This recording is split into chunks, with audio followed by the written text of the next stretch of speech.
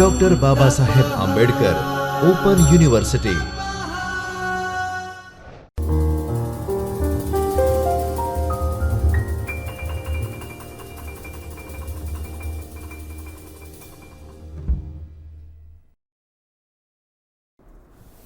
નમસ્કાર. Doctor Baba Saheb Ambedkar open યુનિવર્સિટીના શિક્ષણશાસ્ત્ર વિભાગમાંથી હું ડૉક્ટર હિના રાવલ આપ સૌનું સ્વાગત કરું છું. તાલીમાર્થી મિત્રો, આજે આપણે બીએડના અભ્યાસક્રમમાં દ્વિતીય વર્ષના પેપર કોડ ES 203 અધ્યયન અધ્યાપન સામગ્રી વિકાસ, જેમાં બ્લોક 4 યુનિટ 14 સ્વનો વિકાસ, રોજર્સનો સ્વ સિદ્ધાંત તેમજ મેસ્લોનો સ્વ વાસ્તવિકીકરણના સિદ્ધાંતનો અભ્યાસ કરીશું. તો તાલીમાર્થી મિત્રો, અભ્યાસની શરૂઆત કરતાં પહેલાં આપણે સૌ અભ્યાસની રૂપરેખા જોઈ લઈએ કે આજે આપણે અભ્યાસના કયા મુદ્દાનો અભ્યાસ કરવાનો છે. તો સૌ પ્રથમ આપણે રોજર્સના સ્વ સિદ્ધાંતની જે પૂર્વધારણાઓ છે એના વિશે જોઈશું. ત્યારબાદ રોજર્સના મતે વ્યક્તિત્વનો વિકાસ, જેમાં સ્વ ખ્યાલ, શરતી વિધાયક ખ્યાલ, બિનશરતી વિધાયક ખ્યાલ વગેરે જે તેમનો ખ્યાલ છે એના વિશે અભ્યાસ કરીશું. ત્યારબાદ રોજર્સના મતે ક્રિયાશીલ વ્યક્તિના જે લક્ષણો છે તેના વિશે જોઈએ, તેમજ મેસ્લોના સ્વ વાસ્તવિકીકરણનો સિદ્ધાંત અને મેસ્લોની જરૂરિયાતોની શ્રેણી તેમજ તેમણે આપેલા સ્વ વાસ્તવિકીકરણ પામેલ વ્યક્તિના લક્ષણોનો આજે આપણે અભ્યાસ કરીશું. તો તાલીમાર્થી મિત્રો, આપણે જાણીએ છીએ કે બાળક જે છે એ નાનું હોય છે ત્યારે તેનું વ્યક્તિત્વ ઘડાતું જાય છે અને જેમ જેમ ક્રમશઃ તે મોટું થાય છે તેમ તેનું વ્યક્તિત્વ એક ચરમસીમાએ પહોંચી જાય છે. તો બાળકના જે વ્યક્તિત્વને લગતા કે વ્યક્તિના વ્યક્તિત્વને લગતા ઘણા બધા સિદ્ધાંતો થયા છે અને ઘણા બધા મનોવૈજ્ઞાનિકોએ વ્યક્તિત્વ અંગેના અભ્યાસો પણ કર્યા છે. તેમાંથી કાર્લ રોજર્સ અને મેસ્લોનો જે વ્યક્તિત્વને લગતો સિદ્ધાંત છે, સ્વવિકાસને લગતો અને સ્વ વાસ્તવિકીકરણને લગતો સિદ્ધાંત, એના વિશે આપણે અભ્યાસ કરીશું. સૌપ્રથમ આપણે કાર્લ રેન્સમ રોજર્સ એમના વિશેનો થોડોક પરિચય પ્રાપ્ત કરી લઈએ. કે તેમની વાત કરીએ તો કાર્લ રેન્સમ રોજર્સનો જન્મ એ 8મી જાન્યુઆરી 1902ના રોજ ઇલિનોઇસ અમેરિકામાં થયેલ હતો. તેમણે કોલંબિયા યુનિવર્સિટીમાંથી ચિકિત્સા મનોવિજ્ઞાન વિષયમાં PhDની પદવી પ્રાપ્ત કરી હતી અને તેઓએ પોતાની કારકિર્દી દરમિયાન મહદઅંશે શૈક્ષણિક સંસ્થાઓમાં કાર્ય કરેલું અને પરિણામે તેઓ વ્યક્તિત્વના અભ્યાસ દરમિયાન તીવ્ર મનોવિકૃતિ, છિન્ન માનસ વિકૃતિ વગેરે જેવી જે બાબતો છે એને સાંકળવાનો તેઓ પ્રયત્ન કરતા નથી. કાર્લ રોજર્સે મંદ મનોવિકૃતિ ધરાવતા જે લોકો છે તેમની અને સમાયોજનમાં જે મુશ્કેલીઓ પડે છે એ મુશ્કેલીઓના કારણે વ્યક્તિને અનુભવાતી મુશ્કેલી છે એના અંગેનો સિદ્ધાંત સ્થાપિત કરેલ અને તેઓ પોતે પણ તેમના સિદ્ધાંતને આખરી અને સંપૂર્ણ નહોતા માનતા. તેમના મતે સંશોધનના અંતે વ્યક્તિત્વના સિદ્ધાંતોમાં હંમેશા પરિવર્તન આવી શકે છે અને શિક્ષક તરીકે જ્યારે આપણે બાળકના ઉછેરમાં ખૂબ મહત્ત્વની ભૂમિકા ભજવતા હોઈએ ત્યારે રોજર્સના સિદ્ધાંતમાંથી સ્વની ઓળખ વિકસાવવામાં આપણને ખૂબ જ મદદ મળી શકે છે. કારણ કે સ્વ ઓળખ અંગેનો રોજર્સનો સિદ્ધાંત એ શિક્ષક તરીકે આપણા માટે ખૂબ જ ઉપયોગી છે. તેવી જ રીતે આપણે અબ્રાહમ હેરોલ્ડ મેસ્લોનો થોડોક પરિચય પ્રાપ્ત કરીએ. કે અબ્રાહમ હેરોલ્ડ મેસ્લો, જેમનો જન્મ 1 એપ્રિલ 1908ના રોજ બ્રુકલિન, ન્યૂયોર્કમાં થયેલ હતો અને તેઓએ ન્યૂયોર્કના કાયદાનો અભ્યાસ કરેલ.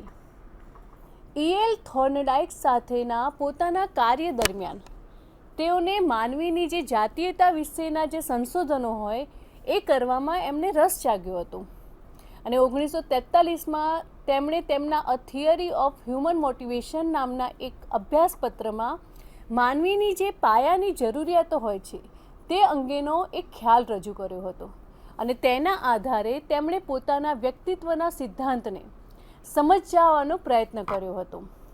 તેમણે પોતાના સિદ્ધાંતમાં સ્વવાસ્તવિકીકરણને મહત્ત્વ આપ્યું અને જૂન 1970ના રોજ કેલિફોર્નિયા ખાતે તેઓનું અવસાન થયું. વ્યક્તિત્વના જે સિદ્ધાંતો છે એ સિદ્ધાંતોમાં મેસ્લોની જરૂરિયાતોની શ્રેણી એ ખૂબ જ વિશ્વવિખ્યાત સિદ્ધાંત છે કે માનવ વ્યક્તિત્વનું જે વ્યક્તિત્વ છે એ એની જરૂરિયાતો ઉપર અવલંબિત છે અને એ જરૂરિયાતોની શ્રેણી એ ખૂબ જ ઉત્તમ પ્રકારની મેસ્લોએ આપી છે. તો બાળકની જે જરૂરિયાત છે એ જરૂરિયાતોને પ્રેરિત કરે છે અને તેનો વ્યક્તિત્વ વિકાસમાં શું ફાળો છે તે સમજાવવામાં એક શિક્ષક તરીકે મેસ્લોની જે જરૂરિયાતોની શ્રેણી છે એનો અભ્યાસ કરો અને વિદ્યાર્થીના વ્યક્તિત્વનો અભ્યાસ કરવા માટે એનું વાંચન કરવું, અભ્યાસ કરવો એ ખૂબ જ જરૂરી છે. તો હવે આપણે રોજર્સનો જે સ્વ સિદ્ધાંત છે એની કેટલીક પૂર્વધારણા છે એના વિશે જોઈએ કે સૌ પ્રથમ એમની પૂર્વધારણામાં વ્યક્તિત્વનો ખ્યાલ કે વ્યક્તિત્વનો ખ્યાલ એટલે શું? તો આપણે સૌ જાણીએ છીએ કે દરેક વ્યક્તિનું વ્યક્તિત્વ એ અલગ અલગ હોય છે, પરંતુ વ્યક્તિનું વ્યક્તિત્વ કેવું છે એ આપણને કયા આધારે ખ્યાલ આવે એ સૌથી મોટો પ્રશ્ન છે. કે માણસ જ્યારે જન્મે છે ત્યારે એક અલગ જ વ્યક્તિત્વ લઈને આવ્યો હોય છે, પરંતુ સમયે સમયે તેને વિવિધ કાર્ય કરવામાં જે તક પ્રાપ્ત થાય છે અને તકને અનુસાર પોતે જે કાર્ય કરે છે એના આધારે વ્યક્તિનું વ્યક્તિત્વ નક્કી થાય છે. તો એના માટે એ તકમાં વ્યક્તિ પોતાનું કેવું પ્રભુત્વ બતાવે છે કે કેવું વર્તન કરે છે એના આધારે વ્યક્તિને પોતાના વ્યક્તિત્વનો ખ્યાલ આવે છે. કે જેમ કે ગણિતનું પેપર હોય તો એમાં જો પાછળથી વિદ્યાર્થીનો 100મો નંબર આવ્યો હોય તો આપણે ખુદ એવું નક્કી કરી શકીએ, વિદ્યાર્થી પોતે જ એવું અનુમાન કરી શકે કે ગણિતના વિષયમાં તે ખૂબ જ નબળો છે. તો તેવી જ રીતે કોઈ વિદ્યાર્થી છે એ ખૂબ જ સારું એવું સ્વિમિંગ કરે છે અને સ્વિમિંગમાં એનો ખૂબ જ આગળ એવો પ્રથમ નંબર આવે છે, તો વિદ્યાર્થી પોતાનું મૂલ્યાંકન અને પોતાના વિશેનો ખ્યાલ નક્કી કરે છે કે પોતે સ્વિમિંગમાં ખૂબ જ આગળ છે. તો આ રીતે વ્યક્તિનો ખ્યાલ એ ખૂબ જ મહત્ત્વની બાબત છે. તો શિક્ષક તરીકે પણ વિદ્યાર્થી માટે એવા પ્રયત્નો કરવા જોઈએ કે વિદ્યાર્થીની સારામાં સારી તક ઊભી કરવી, વિદ્યાર્થીને જેમાં રસ હોય એ મુજબના વિવિધ કૌશલ્યોને વ્યક્ત કરવા માટેની વિવિધ તકો આપવી. તો તેના દ્વારા વિદ્યાર્થીને પોતાના વ્યક્તિત્વનો ખ્યાલ આવે છે. ત્યારબાદ જોઈએ માર્ગ પસંદગી. કે માર્ગ પસંદગી તો સૌપ્રથમ પસંદગીની જે કોઈ પણ પરિસ્થિતિ હોય એમાં વ્યક્તિ પોતાની જે ક્ષમતાઓ છે અને મર્યાદાઓ છે એને ધ્યાનમાં લે છે. કે દરેક વ્યક્તિને ખ્યાલ છે કે પોતાની અંદર શું ક્ષમતાઓ છે, પોતાની અંદર કઈ બાબતનું કૌશલ્ય છે અને એ મુજબ વ્યક્તિ પોતાનું વર્તન કરતું હોય છે. કે જેમ કે આપણે વાત કરીએ કે પોતાની શક્તિઓને ધ્યાનમાં રાખીને માર્ગ પસંદગી જો કરવામાં આવે તો કોઈ પણ કાર્યમાં સફળતા સરળતાથી પ્રાપ્ત થાય છે. કે જેમ વાત કરીએ કે કોઈ ખોખોની રમત હોય, એ રમતમાં પસંદગી કરવાની હોય તો બાળક પોતાના જે પૂર્વાનુભવો હોય, રમત અંગેનું જ્ઞાન હોય, ચપળતા હોય, ત્વરિત નિર્ણય શક્તિ હોય વગેરે જેવી શક્તિઓની હાજરી અંગે વિચારી શકે છે કે પોતે આ રમત માટે કેટલો કાબિલ છે અને એના આધારે પોતાની પસંદગી કરે છે. અને પસંદગી મુજબની જે માર્ગ હોય એમાં જ્યારે પસંદગી થાય છે ત્યારે સફળતાના ચાન્સીસ ખૂબ જ વધારે રહે છે. ત્યારબાદ જોઈએ વાતાવરણ સાથેની આંતરક્રિયા. કે વ્યક્તિનું વ્યક્તિત્વ ખીલવામાં મહત્ત્વનો ભાગ ભજવતું હોય તો તે છે તેનું વાતાવરણ સાથેની આંતરક્રિયા કેવી છે. કે કોઈ પણ બાળક કે વ્યક્તિત્વ એ પોતાની આસપાસના વાતાવરણમાં કઈ રીતે આદાન પ્રદાન કરે છે, આંતરક્રિયા કરે છે, સમાયોજન સાધે છે, એ ખૂબ મહત્ત્વની બાબત છે. કે વ્યક્તિત્વ એટલે બીજું કશું નહીં પરંતુ બાળક જે છે એ બાળકની વાતાવરણ સાથેની આંતરક્રિયા દરમિયાન થયેલ અનુભવોની નિપજ છે. કે વાતાવરણ સાથેની આંતરક્રિયા જ વ્યક્તિને પોતાના વ્યક્તિત્વ અંગેની સાચી સમજ કેળવવામાં મદદ કરે છે. અને રોજર્સના મતે વ્યક્તિત્વની સાચી સમજ કેળવવામાં વાતાવરણ સાથેની આંતરક્રિયા એ ખૂબ જ અનિવાર્ય છે. અને માટે જ કહેવામાં આવ્યું છે કે અનુભવની આગમાં તપ્યા વગર પોતાનામાં રહેલ શક્તિઓની અને ખામીઓને સમજવી ખૂબ જ મુશ્કેલ છે. ત્યારબાદ જોઈએ રોજર્સના મતે વ્યક્તિત્વનો વિકાસ. કે રોજર્સે વ્યક્તિત્વનો જે વિકાસ છે એના માટેના સોપાનો આપવાની જગ્યાએ તેમણે પોતાનો ખ્યાલ રજૂ કર્યો છે વ્યક્તિત્વ વિશેનો. એ આપણે જોઈએ કે સૌ પ્રથમ સ્વખ્યાલ, કે સ્વખ્યાલ એટલે પોતાની શક્તિઓ, મર્યાદાઓ, ક્ષમતાઓ, ગુણો, અવગુણો, કૌશલ્યો વગેરેની સ્થિર સમજ. કે વ્યક્તિને પોતાના વ્યક્તિત્વ વિશે ક્યારે ખબર પડે કે પોતાની અંદર રહેલી જે બાબતો છે, કૌશલ્યો છે, એનાથી વ્યક્તિ પરિચિત હોય, એનાથી તે માહિતગાર હોય, ત્યારે તેને ખ્યાલ આવે છે અને પોતાના જ અનુભવોના આધારે તે તુલના કરી શકે છે. કે જેમ કે આપણે વાત કરી કે કોઈ દોડ હોય, દોડમાં પહેલો નંબર જે પ્રાપ્ત કરે છે એ પોતાની જાત વિશે એવું અનુમાન કરી શકે કે દોડમાં તે ખૂબ જ સારું એવું પ્રભુત્વ ધરાવે છે. જ્યારે પાછળથી જે વિદ્યાર્થીઓનો નંબર આવે છે એ એવું અનુમાન કરી શકે કે હજુ દોડમાં તે ઘણા કાચા પડે છે. તો આ રીતે જે અનુભવો થાય છે એના માધ્યમથી વિદ્યાર્થી કે વ્યક્તિ એ પોતાનો સ્વખ્યાલ બાંધે છે. ત્યારબાદ જોઈએ શરતી વિધાયક ખ્યાલ. કે હવે શરતી વિધાયક ખ્યાલમાં કેવું હોય છે કે કોઈ પણ વ્યક્તિ એ પોતાની આસપાસના લોકો, આસપાસના જૂથના જે લોકો છે, સમાજના લોકો છે, એમને ગમતું વર્તન કરે છે અને એમના ગમતા વર્તન દ્વારા એ પોતાના વિશેનો હકારાત્મક ખ્યાલ જે છે એ વ્યક્ત કરે છે. કે જેવી રીતે આપણે વાત કરીએ કે સમાજ માન્ય ન હોય એવા વર્તન વિદ્યાર્થી કરતું નથી, વ્યક્તિ કરતું નથી અને હંમેશા સમાજની બાબતો છે, સમાજને યોગ્ય લાગે તેવું વર્તન કરવાનું તે પ્રયત્ન કરે છે. ત્યારબાદ આપણે જોઈએ કે વર્ગમાં પણ પોતાની હકારાત્મક છાપ ઉપસાવવા માટે સતત પ્રયત્નશીલ રહે છે, કારણ કે તે હંમેશા બીજાનું વિચારે છે અને વિદ્યાર્થી તરીકે બાળકનું જે અપેક્ષિત વર્તન હોય એની પણ ચર્ચા થવી જોઈએ. કે જ્યારે કોઈ વિદ્યાર્થી બીજાને ધ્યાનમાં રાખીને પોતાની આસપાસના સમાજ, જૂથ, શિક્ષકને ધ્યાનમાં રાખીને વર્તન કરે છે ત્યારે તેના એ વર્તનની ચર્ચા થવી જોઈએ. એના સારા ગુણોની પણ હકારાત્મક ચર્ચા કરવી જોઈએ અને બાળક પોતાની છાપ અંગે જેટલું પણ સભાન હશે તેટલું તે કોઈ પણ ક્રિયા કરવા માટે કે તેમાં કેળવણી પ્રાપ્ત કરવા માટે તે તત્પર બને છે. માટે શરતી એ વિધાયક સ્વખ્યાલ છે. ત્યારબાદ બિનશરતી વિધાયક ખ્યાલ. કે બિનશરતી વિધાયક ખ્યાલમાં જેમ શરતી વિધાયક ખ્યાલમાં વ્યક્તિ એ સમાજને અનુરૂપ વર્તન કરે છે, એની જગ્યાએ અહીં વ્યક્તિ જે છે એ પોતાને ગમતું વર્તન કરે છે, પોતાને ગમે તે કરવાનું તે પસંદ કરે છે. કે જેમ કે આપણે વાત કરીએ કે વ્યક્તિ પોતાના અંતરાત્માના અવાજ અનુસાર પોતાના નિજાનંદ માટે વર્તન અને કાર્ય કરે છે, કે પોતાને જે ગમે છે તે જ કરે છે. જેમ કે ગાંધીજી છે, રવિન્દ્રનાથ ટાગોર છે, રામકૃષ્ણ પરમહંસ છે, રાજા રામમોહન રાય છે વગેરે જે મહાન વ્યક્તિઓ થઈ ગયા, એમણે પોતાના જીવનમાં તેમને જે યોગ્ય લાગ્યું તે કાર્ય કર્યું અને પરિણામે આજે તેઓ મહાન બને છે અને પોતાની એમની એક અલગ જ વ્યક્તિત્વ છાપ આજે વિશ્વભરમાં પ્રગટ થઈ છે. તો આ જે ખ્યાલ છે એ વિધાયક છે અને કોઈ પણ પ્રકારની પૂર્વ શરતથી મુક્ત હોવાથી તે બિનશરતી વિધાયક ખ્યાલ તેને કહેવામાં આવે છે.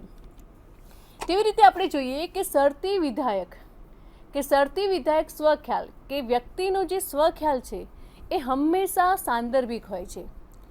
કે વ્યક્તિ જે છે એ કોઈ પણ સંદર્ભની તુલનામાં પોતાનો સ્વખ્યાલ વિકસાવે છે અને આ સંદર્ભે પોતે પોતાના જે કુટુંબીજનો છે, પોતાના મિત્રો છે, સગા સંબંધી, સહકર્મચારી વગેરે ધર્મ જ્ઞાતિઓ એ દરેકમાંથી કોઈ પણ હોઈ શકે. સામાન્ય રીતે આપણે વાત કરીએ કે અન્યો સાથેની જે તુલના છે એ તુલના કરતાં વ્યક્તિ એ પોતાનો સ્વખ્યાલ વિકસિત કરતો હોવાથી તેને આપણે શરતી વિધાયક સ્વખ્યાલ કહીએ છીએ.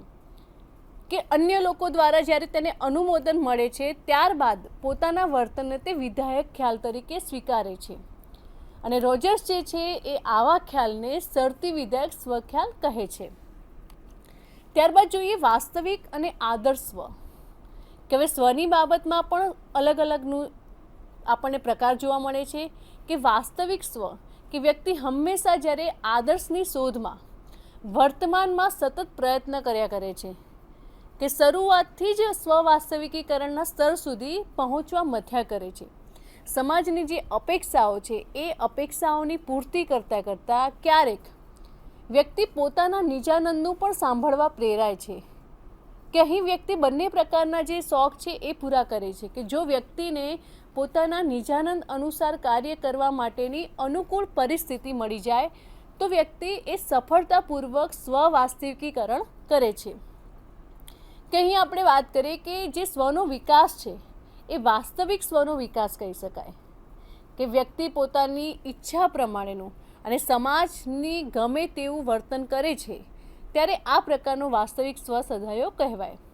તત્વજ્ઞાનમાં આ માટે શેરિંગ એન્ડ બીઇંગના ખ્યાલો દર્શાવેલ છે અને એટલે જ દેખાવું અને હોવું જે ન હોય અને દેખાડવાનો પ્રયત્ન કરીએ તેને આપણે વાસ્તવિક સ્વ ન કહી શકીએ. વાસ્તવિક એટલે તદ્દન વાસ્તવિક જે છે જ તેને જ આપણે દેખાડવાનું છે. તો આ મુજબનું જે વર્તન છે તેને આપણે વાસ્તવિક સ્વ કહીએ છીએ.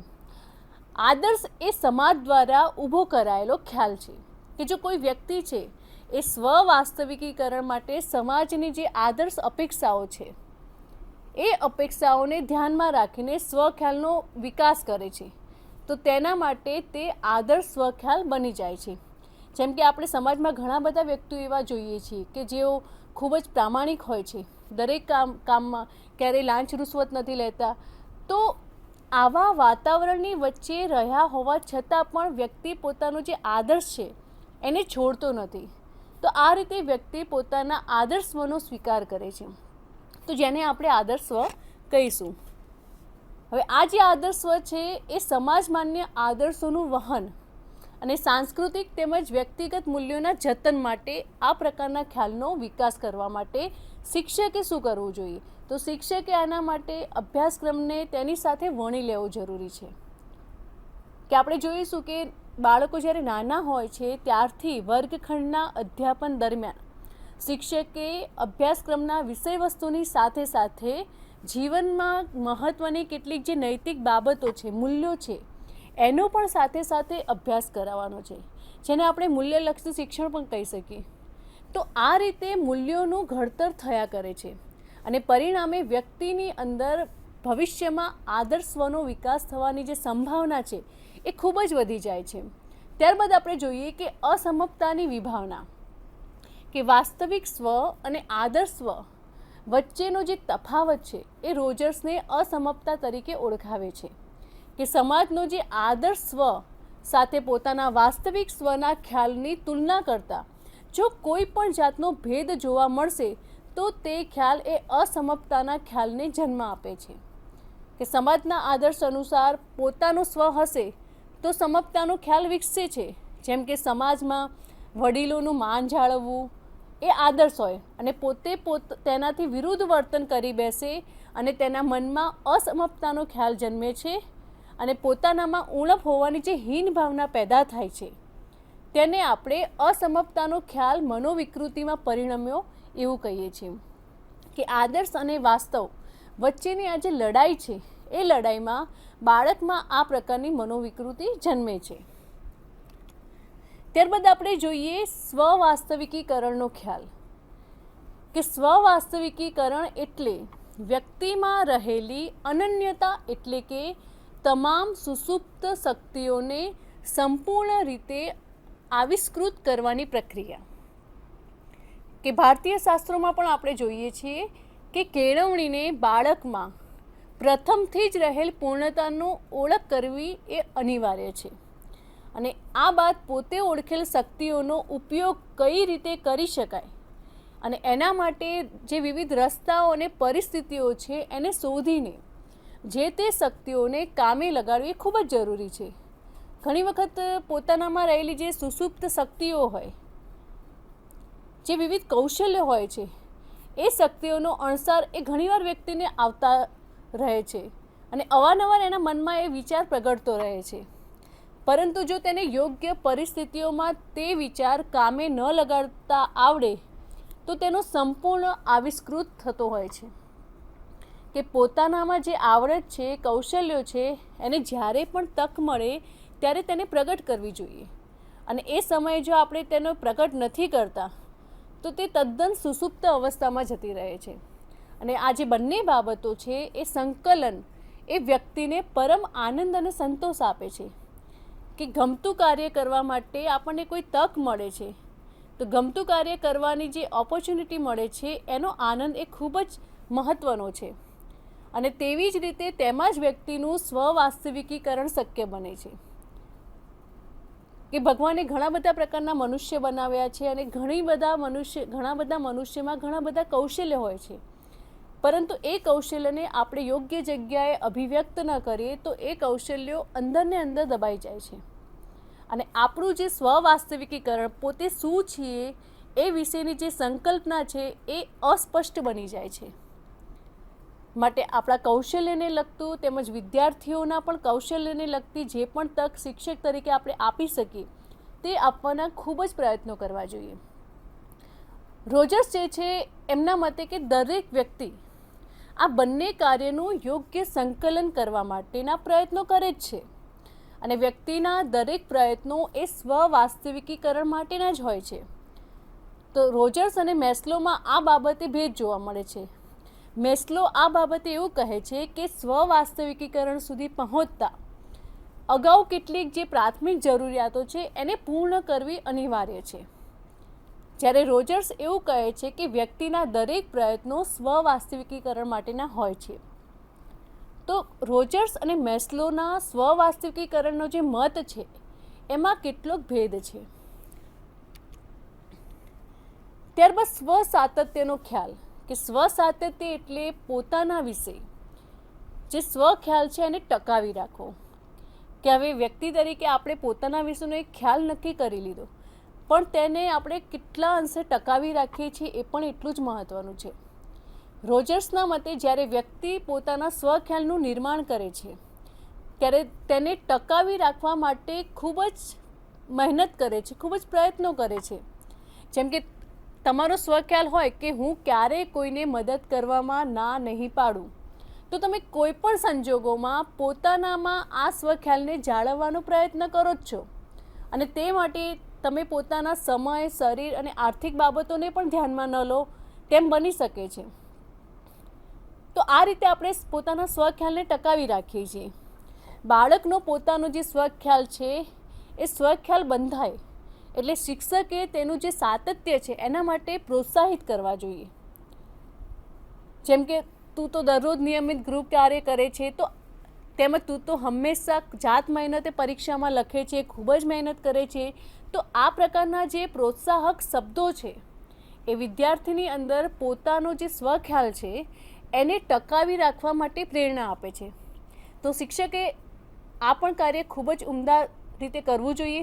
ત્યારબાદ વ્યક્તિના જે આમ કરવા પાછળનું જે કારણ છે એ વ્યક્તિનો પોતાના સ્વખ્યાલ અનુસારનું વર્તન કરીને પોતાના સ્વખ્યાલને વધારે મજબૂત બનાવવા માંગે છે અને આમ કરવાથી તેની જે માનસિક સંતોષ છે એ પ્રાપ્ત થાય છે. ત્યારબાદ રોજર્સના મતે સંપૂર્ણ ક્રિયાશીલ વ્યક્તિના લક્ષણો કયા છે કે સંપૂર્ણ ક્રિયાશીલ વ્યક્તિ કોને કહેવાય?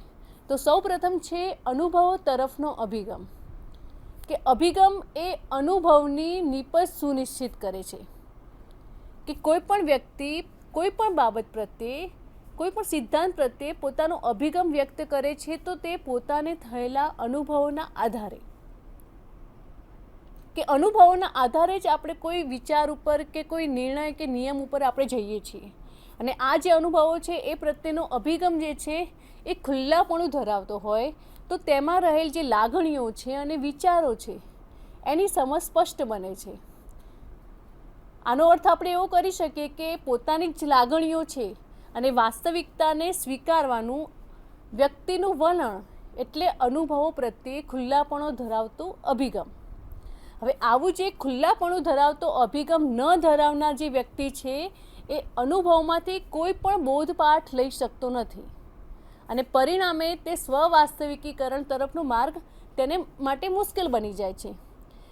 કે સમગ્ર જીવન દરમિયાન આપણે ઘણા બધા અનુભવ થાય છે અને એ અનુભવ ઉપરથી આપણે કોઈ નિયમ ઉપર જઈએ છીએ, માટે એ નિયમ ઉપર જવાની આવડત પણ વ્યક્તિનામાં હોવી જોઈએ અને પોતાની જે લાગણીઓ છે એના વિશે સભાનતા કેળવાય એ માટે બાળકો તે લાગણીઓને અભિવ્યક્ત કરી શકે તેટલી મોકળાશ આપવી એ ખૂબ જ જરૂરી છે. બાળકોની લાગણીઓને અભ્યાસ કરવાની, તેને વાંચવાની ટેવ એ શિક્ષક પક્ષે વિકસે તે ખૂબ જ જરૂરી છે.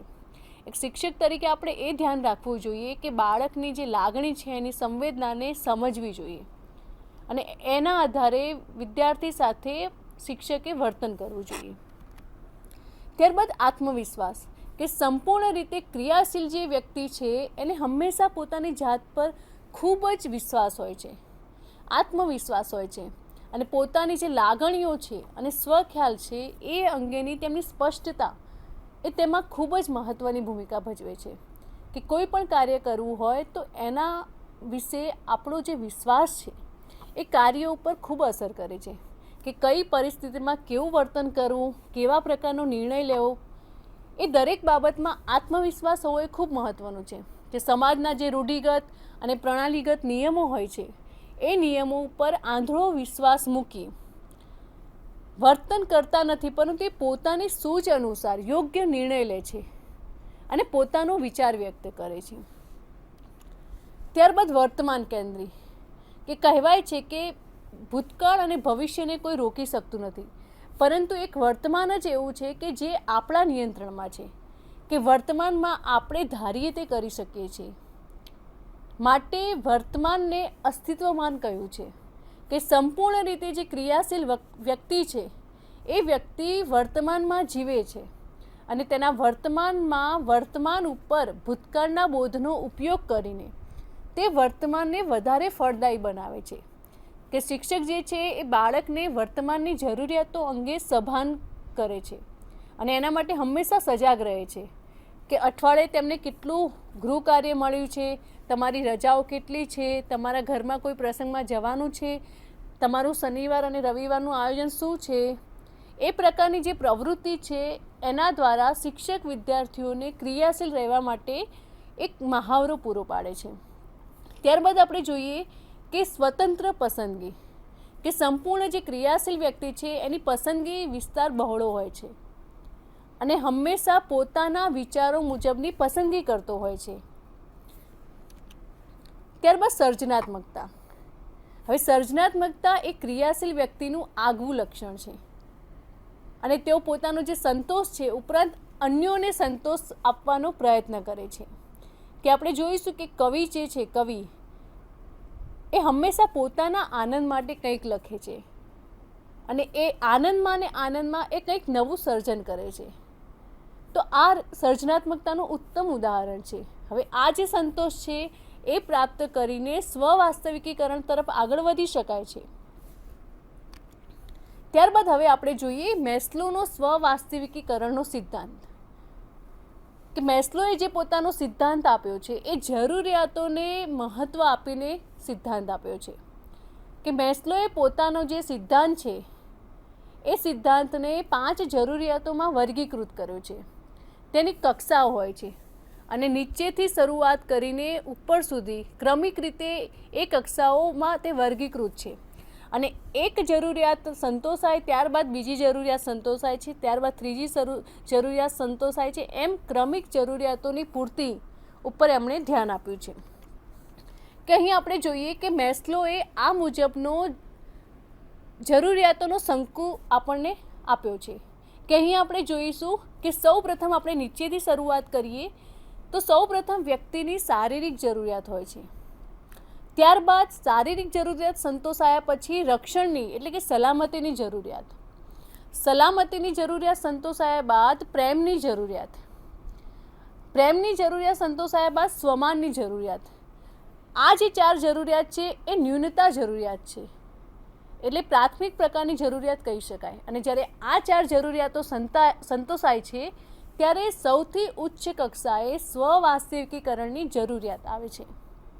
અને આ જે જરૂરિયાત છે એ પોતાની હસ્તી, પોતાના અસ્તિત્વની જે જરૂરિયાતો છે તેને ધ્યાનમાં રાખે છે. હવે આપણે આ જરૂરિયાત વિશે વાત કરીએ કે સૌ પ્રથમ છે શારીરિક જરૂરિયાત. તો આ જે જરૂરિયાત છે એમાં આપણે વાત કરી કે શારીરિક જરૂરિયાતમાં માણસની ઊંઘ, ખોરાક, જાતીય જરૂરિયાત એ પ્રકારની જરૂરિયાત આમાં આવશે. અને જો આ જરૂરિયાત પૂરી થાય તો જ વ્યક્તિ આગળની જરૂરિયાત તરફ વધે છે. ત્યારબાદ સલામતીની જરૂરિયાત, કે વ્યક્તિ દરેક પરિસ્થિતિમાં સલામતી અનુભવે છે અને કોઈને કોઈની વ્યક્તિની બીક રહે છે. તો આ પ્રકારની જે સલામતીની જરૂરિયાત છે એ સંતોષાય છે. ત્યારબાદ પ્રેમની જરૂરિયાત. બાળક છે કે વ્યક્તિ છે તેને પોતાના વાતાવરણમાં, સામાજિક વાતાવરણમાં માતા પિતા પાસે, વડીલો પાસેથી, શાળામાં શિક્ષક પાસેથી પ્રેમની લાગણી મળવી જોઈએ, હૂંફ મળવી જોઈએ. ત્યારે તેને પ્રેમની જરૂરિયાત સંતોષાય છે. સ્વમાનની જરૂરિયાત એટલે કે દરેક વ્યક્તિનું પોતાનું સ્વમાન હોય છે અને એ સ્વમાન એ જળવાવું જોઈએ. શિક્ષક તરીકે ક્યારે વિદ્યાર્થીને વર્ગખંડમાં ઉતારી ન પાડવો જોઈએ, કારણ કે બાળક ભલે નાનું છે પરંતુ એનું પણ સ્વમાન છે, માટે એ પણ જરૂરિયાત સમજાવવી જોઈએ. ત્યારબાદ સ્વવાસ્તવિકીકરણની જરૂરિયાત, કે જ્યારે આ તમામ જરૂરિયાતો પૂરી થાય છે ત્યારે સ્વવાસ્તવિકીકરણ એટલે પોતાનામાં રહેલ અનન્યતાને ઓળખી સુસુપ્ત શક્તિઓને સંપૂર્ણ રીતે આવિષ્કૃત કરવાની પ્રક્રિયા, કે અહીં વ્યક્તિને સંપૂર્ણ રીતે ખ્યાલ આવે છે કે પોતે શું છે. હવે સ્વવાસ્તવિકીકરણ પામેલ વ્યક્તિ કેવો હોય એના આપણે કેટલાક લક્ષણો જોઈએ. કે સૌપ્રથમ આ પ્રકારનું વ્યક્તિ એ વાસ્તવવાદી હોય, એ કોઈ પણ સમસ્યાના જે પડકાર છે એને લડી શકે છે, ગંભીર પ્રશ્નોની પણ તે ઉકેલી શકે છે, પોતાની એકલતા છે એ એકલતામાં પણ તે આનંદ ઉઠાવે છે. વધારે પડતા અલગ અલગ પ્રકારના વ્યક્તિઓ સાથે તે સંબંધ રાખવાને બદલે જૂજ લોકો સાથે સંબંધ રાખે છે. તેઓ દરેક કાર્યમાં સ્વાયત્તતા પસંદ કરે છે.